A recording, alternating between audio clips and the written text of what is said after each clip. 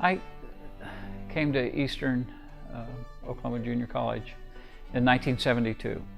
I arrived there via Oklahoma State University, where I went for my first semester.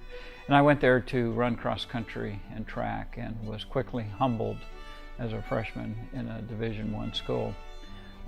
And so I made contact with my high school coach, Bob McLean, and told him that I really needed to go someplace where I could run competitively. And that's when he told me about Eastern Oklahoma State Junior College.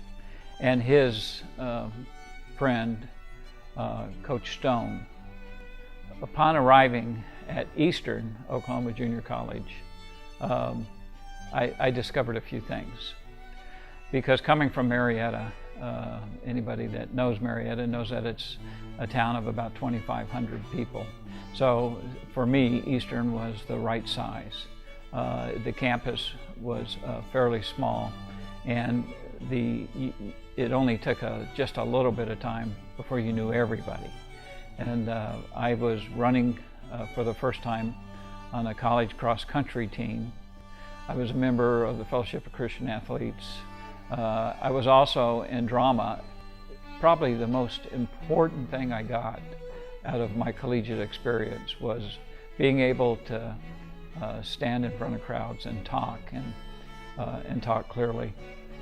And that started for me in Eastern, and I was in a large play called The Best Man, and I had the lead role in that.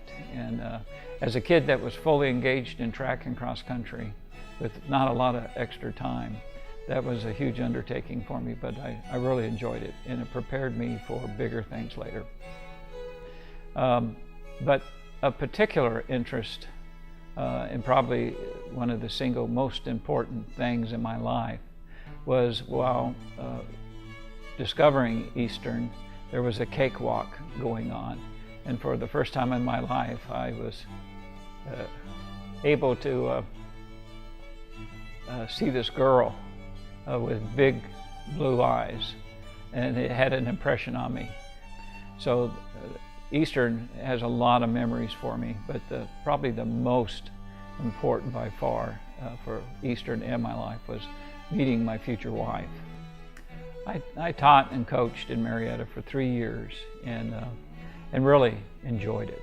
In fact, I loved the coaching side and training young people.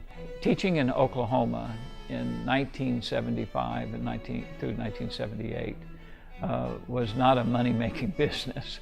You did it out of love and not because you were concerned about the salary.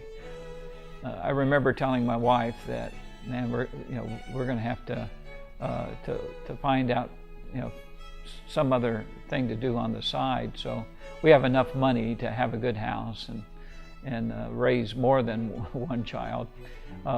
So by coincidence, a friend of my dad's, who was a colonel in the Air Force, was visiting, and I got to go out and play a round of golf with him. And it was then he suggested to me that you need to join one of the services.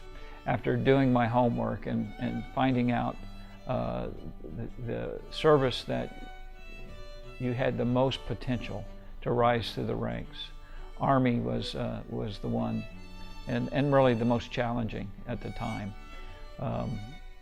And so I decided to enlist with the intent of becoming an officer.